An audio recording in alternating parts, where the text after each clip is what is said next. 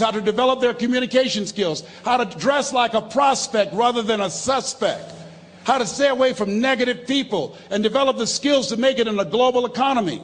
Money makes it possible for me not to have to depend upon some government agency to make that happen. So as you look at yourselves, make it important that you find some way to use your talents and gifts that generate the income that allow you to control your destiny. I read something that said, either you control your destiny or someone else will. Here's the other thing. Repeat out to me, please. Take care of myself. Yeah, so you got to take care of yourself. I'm 63. I can do 140 push-ups nonstop after warming up. I couldn't do that when I was 20 years old. And the reason that I do that, the exercise reduces the possibility of cancer reoccurring by 32% or spreading by 30%. It helps to reverse the aging process and keeps you younger, keeps your mind sharper, and allow me to take care of my temple so I can continue to do my work, so that you can continue to do the good work that you were sent here to do. So you got to make it important to take care of yourself. Put that at the top of the list, because you can't do well and can't do good work if you don't feel good. We don't want to be like the man who said, if I'd known I'd live this long, I'd have taken better care of myself. Here's something else. Repeat after me, please. OQP. Only quality people. Yes, look at your relationships. And ask yourself the question, Jim Rohn would ask this question, what is this relationship doing to me? Sidney Poitier wrote a book called The Measure of a Man. I love the tapes because I love his voice. He said, when you go for a walk with someone, something happens without being spoken. He said, either you adjust to their pace or they adjust to your pace. Whose pace have you adjusted to?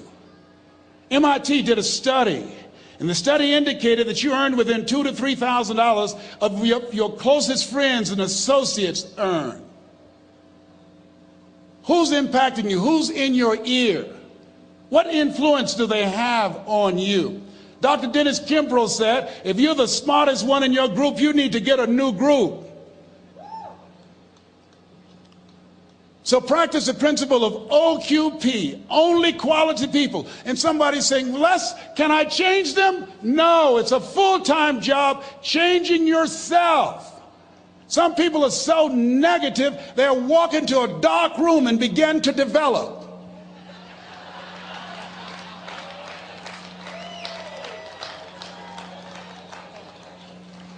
My family members and friends call me crazy for going to seminars, spending money on books and tapes and going to seminars. When are you going to stop going? I said, when I die. That's when I'll stop. When does a man or woman die? When their dreams die. When do we die? When we stop developing ourselves, expanding our minds, challenging ourselves, raising the bar on ourselves. The best thinking that I had at that point in my life had produced this life that I have.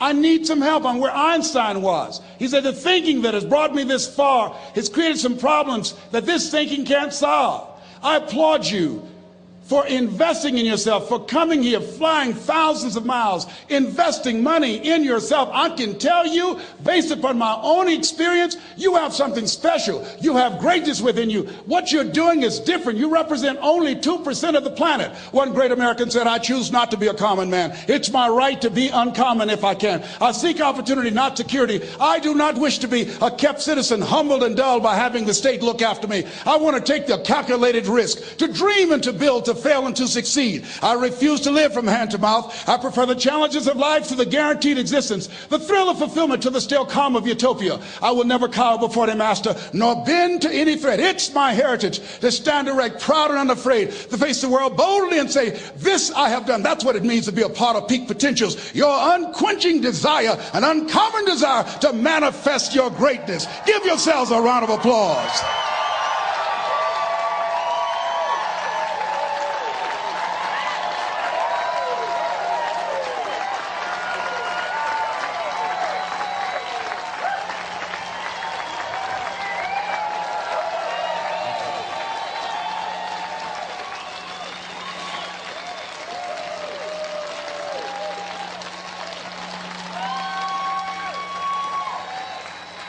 Thank you.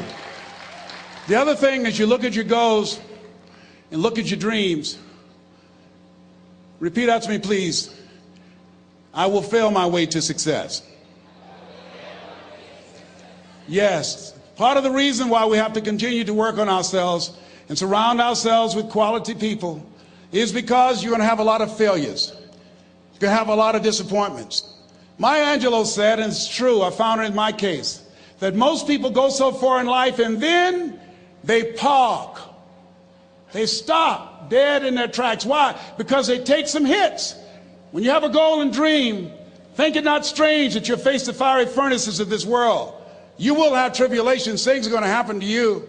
I was in pursuit of my dream, and all of a sudden, boom, I got hit. A person that I thought I would be with for the rest of my life, I thought was my soulmate. I went through a divorce. I was embarrassed. I was humiliated. How can I teach people how to live their dreams? And I wasn't able to make my marriage work. I questioned myself. I took another hit. My mother was diagnosed with breast cancer. Then I was diagnosed with prostate cancer. Then my best friend from the second grade, Alexander Wims, he was diagnosed with cancer of the liver. I took a hit, and life staggered me, and I parked. And I didn't turn on my emergency lights because I didn't want to call attention to myself. I didn't want anybody coming and say, hey, do you need a jump? No, I don't need a jump. I'm not out of gas. My battery is not dead. My heart is beating. I'm parked. Leave me be. I'm parked. I was in my comfort zone. I was doing just enough to get by. I was working on a job. They paid me just enough to keep me from quitting, and I worked just hard enough to keep from getting fired. How many know people like that? Blink your eyes if you understand what I'm talking about. I was parked. I knew I could do more. But when my mama died, it took something out of me. When I went through a divorce, it took something out of me. When my best friend died, it took something out of me. I parked. And somebody said that life is like an onion. You have to peel it one layer at a time. And sometimes you cry. Life's going to happen to you when you have a dream. You're going to get slapped around. And don't take it personal. Don't ask, why did this have to happen to me? Why not you? Who would you suggest? You want to give us some names, some email addresses? And don't tell everybody. 80% don't care, and 20% glad it's you. It's called life. Suck it up and move on. Get over it.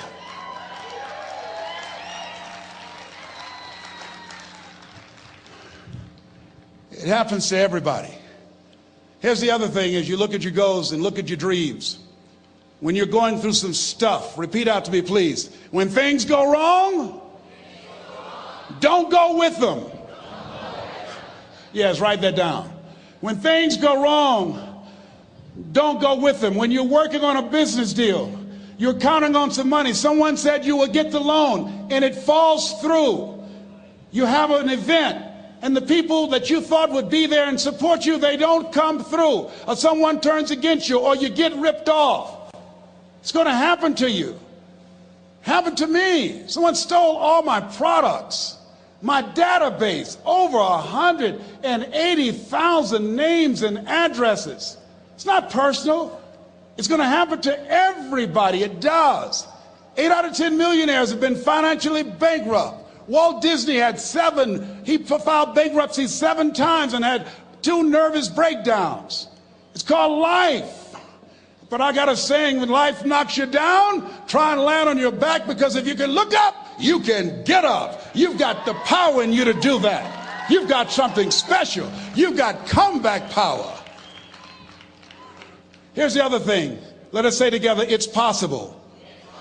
It's necessary. It's me. Yes, write that down. It's me. Take ownership for your life.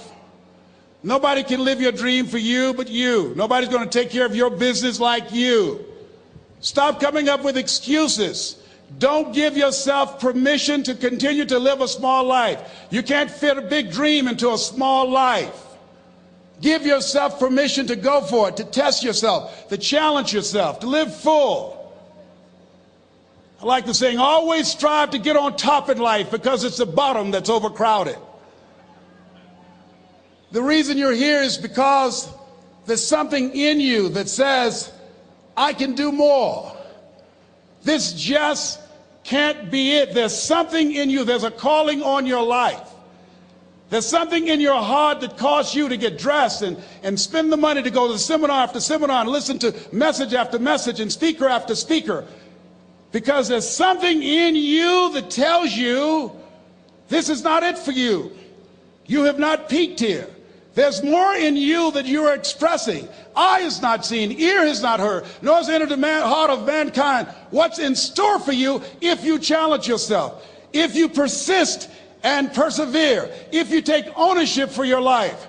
George Bernard Shaw said the people that make it in this life, they look around for the circumstances that they want, and if they can't find them, they create them. Create what you want. You have the power in you to do more than you can ever begin to imagine, to control your destiny, to make a difference in our children, to make a difference on the planet, to make an impact. Let us say together, it's me. And let us say together, it's hard. Say it like you know it. Say it's hard.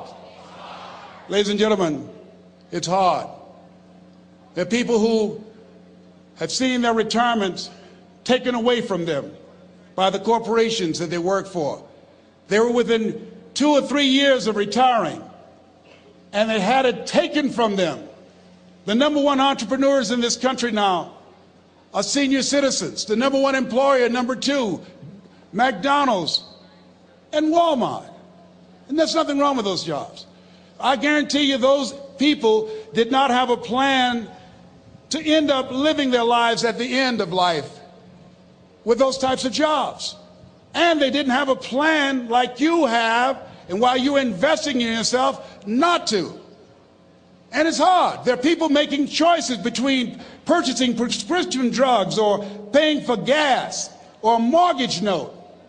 It's hard when you're working on a job for 20 years, 30 years, give them some good years, and then they come in and tell you, we've downsized. In other words, you're fired. And then you have to start all over again. How many of you know it's hard? Raise your hands, please. It's hard. And it's not fair. One of the things I like about T. Harv is he talks about work and investing in yourself. It's not fair when people are going up against that kind of stuff to tell them just think positive and be enthusiastic and everything will work out all right. Ain't that kind of party. It's hard. Life will put some knots on your head. I bought my first home for my mother. I was rushing, didn't know what I was doing, and I bought a home that had a lien against it. And they called me, Mr. Brown, yes, there's a lien against your property. We need $55,000 if you're going to stay there. Wait a minute, sir. I just bought this home. The guy told me there were no liens against it. I'm not the one that owe you the money. You should have checked that out, Mr. Brown. Come on. I called my attorney. We followed up. Yes, Les, there's a lien against the property. But he told me there were no liens. He lied, obviously. Oh, my God. He told me he wanted to help me because he admired the fact that I was buying this home for my mother and that he was adopted, and he identified with me. Les, he suckered you. He played you, man. So what? Well, would they take payment arrangements? What about $5,000 a month? They want all the money, Les. They want all the money, or you're going to have to get out. The house is going up for sheriff's sale. Do you have it? No, I don't have it. Can they give me some time? Tell them to give me 3 months, please. Give me 3 months. My mother's in her 70s, man. She has a bad heart. Don't do this to me. This is my dream. Don't do this, man. Please, let me talk to them. Les, I'm talking to their attorney. They don't want to talk to you. I've got to talk to the attorneys. Do you have the money? No. Will they give me 3 months? No. What about 2 months? No, Les. They want the money in 7 days. Oh, my God. Let me call you back, I'm not sure. And I walked the floors thinking, God, how could this happen to me? I got to figure this out, huh? I got to figure this out. And it seemed like the days were just ticking off, ticking off. Thursday, I had to call them and let them know. They called me, Les, do you have the money? No, I don't. Friday, you have to leave. The sheriff will be there. You're going to have to leave, Les. They're going to take my house. What about my down payment? You lost it, Les. You lost it. Okay. I got to go. Yes. I prayed, Lord, please, if you show me that you're real, if you're really real, you think Paul worked for you, you haven't seen anything. Don't let me lose this house and watch what I'll do for you. I was trying to cut a deal. Have you ever tried to cut a deal? It's amazing how spiritual you get when you get in trouble. You know what I mean? When I was diagnosed with prostate cancer, I was going to bed with the Bible and the Holy Quran and Science of Mind and Joel Goldsmith, everything I could find. I was praying to Jesus, Yahweh, Melchizedek, everybody. I was calling on everybody. It's amazing. And here I was walking the floor, 3 o'clock in the morning, and I had to go and wake my mother up. I got on my knees and I said, Mama, I said, I need you to wake up. She said, what's wrong, Leslie? I can hear you walking back and forth. I'm not asleep, son. I said, there's something I need to tell you. She said, your eyes are red. Why are your eyes red? Because I feel so stupid now. Why? We got to move tomorrow. Why, Leslie? There's a lien against the property and they want $55,000 and I don't have it. And we're going to be set out tomorrow. We have to go back to Liberty City. So she said, it's okay. I don't like this house anyhow. I said, why? She said, because of my arthritic knees, it hurts my knees when I go up the steps. I said, and why didn't you tell me? Because you were so happy. I just said it because you were happy. I'll live in a shack with you, boy. I love you. It's not the house. I love you. I love all my children. I said, thank you, Mama. Thank you.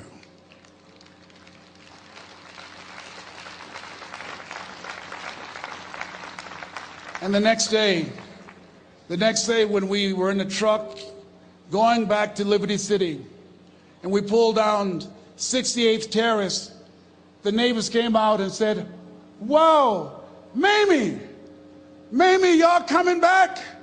Are you back? Yes. What happened to the home your boy bought for you? Those boys you adopted. Leslie didn't do a title search. He made a mistake. And boy, I was so humiliated. How many ever made a mistake that you were just humiliated? Raise your hands. I was devastated. I was taking the furniture off the truck and my mother came and I was crying and she said, boy, I said, yes, ma'am. She said, hold your head up. I said, Mama, I can't. She said, hold your head up.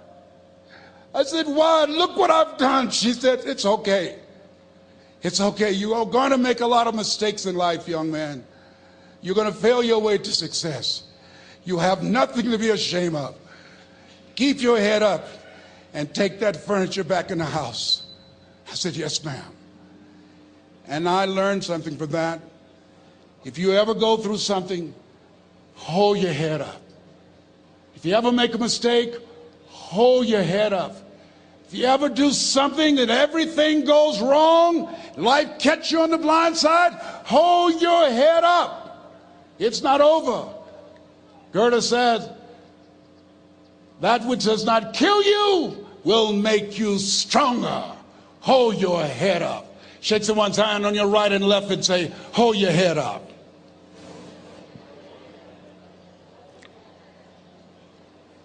Here's something else, ladies and gentlemen. Repeat after me, please. You got to be hungry. Everybody together, you got to be hungry. I'll never forget Mr. Washington said, Mr. Brown, yes, sir. What do you want to do with your life, young man? I said, sir, I want to be a disc jockey. He said, Mr. Brown? I said, yes, sir. He said, you got to be hungry. I said, what do you mean by that? He said, people that are hungry are willing to do the things today others won't do in order to have the things tomorrow others won't have. People that are hungry are willing to invest in themselves. People that are hungry will go to seminars and workshops. People that are hungry are always searching, always seeking higher ground. So how do you want to make it? I said, I want to be a disc jockey. He says, good. Here's what to do. He said, I want you to read 10 to 15 pages of something positive every day. He said, you don't get in life what you want, you get in life what you are. You must program yourself to success. He said, I want you to listen to Earl Nightingale and Zig Ziglar. Listen, faith comes by hearing and hearing and hearing. He said, I want you to change your relationships. And I don't want you to ever lose your hunger. I said, what do you mean by that? He said, people that are hungry are unstoppable. People that are hungry are no matter what people. They make it happen no matter what. He said, I want you to listen to Paul Harvey. Who is he? He's the world's greatest communicator. Success leaves clues, young man.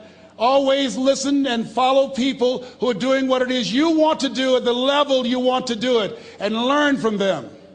I told T. Hobb when we were standing by the stage, I said, hey man, I want to work more with you. I want you to coach me. I want to learn from you. See, I found you're never too old to learn and you're never too young to teach. Always have a thirst for learning. So I listened to Paul Harvey every day on the radio. While in school, I would go out and listen in his car. He gave me his keys. I was working to develop myself. And I continued to listen to motivational messages, and he would take me to see the late Dr. Norman Vincent Peale, who wrote the book, The Power of Positive Thinking. I toured with him before he passed. You have something special. You have greatness within you. Don't allow your circumstances to determine who you are. Don't allow your negative thoughts to hold you back. You have something special. You can do more than you can ever begin to imagine.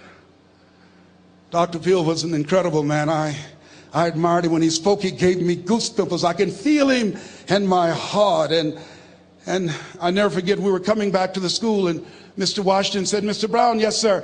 When Dr. Peale spoke, you didn't move. When he spoke, you were hanging on every word. When he spoke, we didn't have to tell you to sit down and be quiet. Why?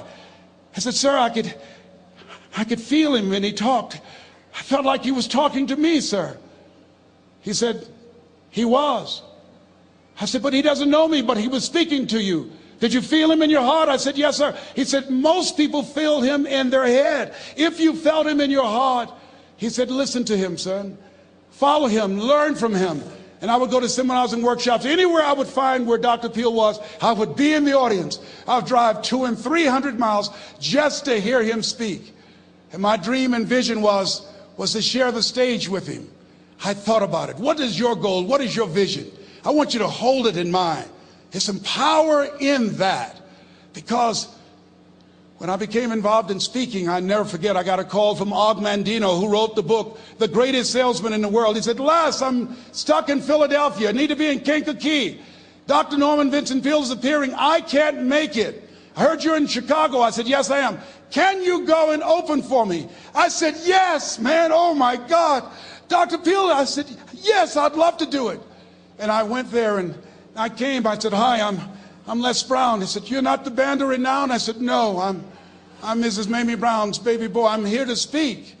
He said, come backstage. And his wife, Martha, was there. And she said, Papa, Les Brown is here, the speaker. And he said, Les Brown, shoot for the moon. Because even if you miss your land among the stars. I said, sir, that's my quote.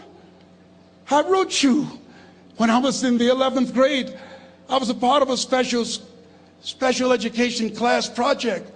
That's my quote. He said, I know. I end all my speeches with that quote.